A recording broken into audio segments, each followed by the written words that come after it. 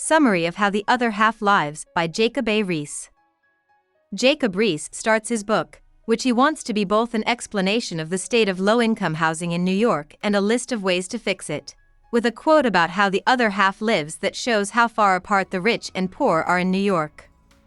In fact, he writes his work specifically for people who have never lived in a slum and don't know much about how people lived there, even though Riis will show that such ignorance is fake. Riis starts by giving some information on the past of tenements in New York, which were once owned by some of the wealthiest people in the city.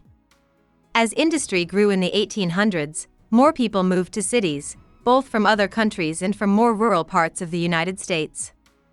This led these families to move out of the city. The owners of the buildings then started to turn them into small, windowless flats for the new people who were moving in. Riis says that these tenements were getting more crowded, dirty, and disease-prone. Cholera attacks made some people want to change things, but the owners fought back because they didn't want to spend more money on tenement buildings than they had to. Riis then talks about how tenements are now. There are more and more of them all over the city, but most of them are in lower New York. People from all over the world live in tenements, but they are also separated by nationality, culture, and race. Irish, Chinese, Germans, Italians, Bohemians, Jews, African Americans, and other groups all live in their own areas. Riis wants his readers to go with him to places like Blind Man's Alley, which has shocking crime and is very dirty. Then he talks about the Italian people who live in New York's tenements. He says that they work hard but are also violent and sometimes dishonest. Nearby, the Bend has a number of stale beer dives that are hidden inside apartments, at least until police raids try to get rid of them.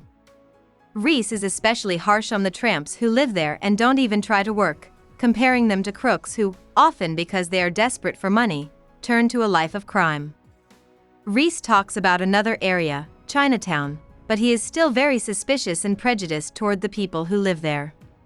He thinks that, at least for now, they can't fit in with mainstream American society. From there, he talks about the Hebrew Quarter, which is mostly made up of Jews. Riis uses racial stereotypes and beliefs to describe the people who live there. A lot of New York's relatively cheap clothes is also made in these areas, and Riis looks at the terrible conditions that have made the city such a manufacturing center. Riis says that most Bohemians work in cigar companies, while Jews are more likely to make clothes. Riis supports Bohemians against the prejudices that are often held against them. He thinks that education will help them learn English and finally become Christians, just as it has helped other groups. In the same way, he says that African Americans, who have only been free for a few decades, have shown that they are capable of moral improvement as a group. Even when he defends a group against certain stereotypes, Riis still makes broad statements about whole groups of people. Riis says that the lack of light, fresh air, green areas, and beauty in New York's slum neighborhoods is very bad for the people who live there.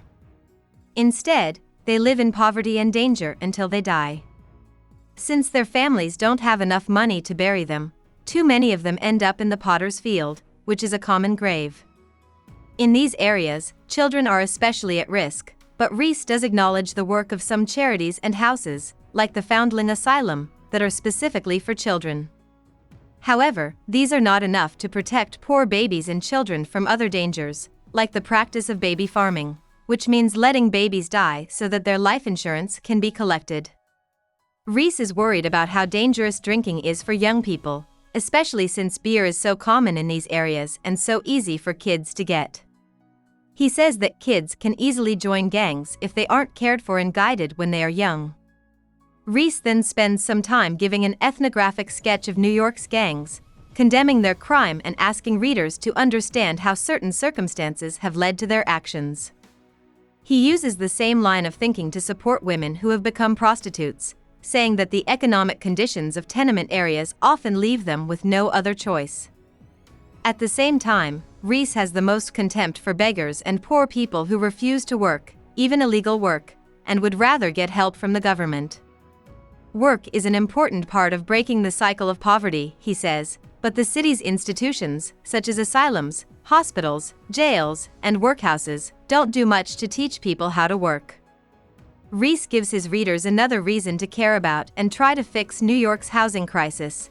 The huge gap between the rich and the poor will only make people more unhappy, he says, and eventually the poor will get violent and attack the rich.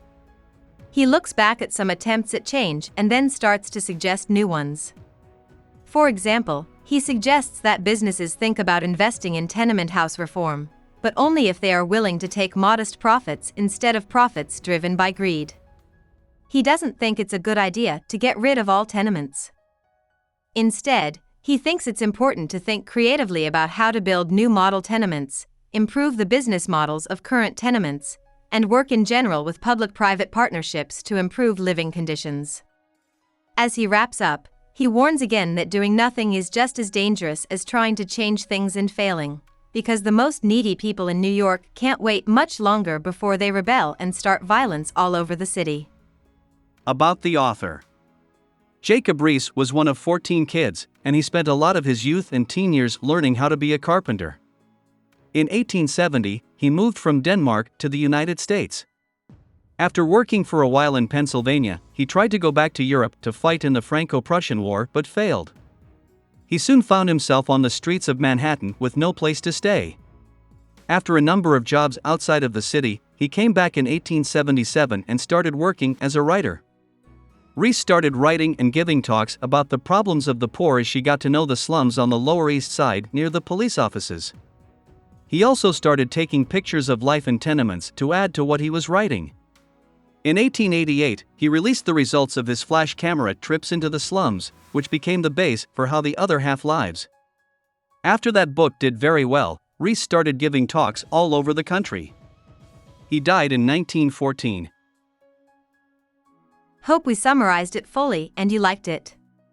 Please hit the like button and subscribe to our channel so that we are motivated to create more videos.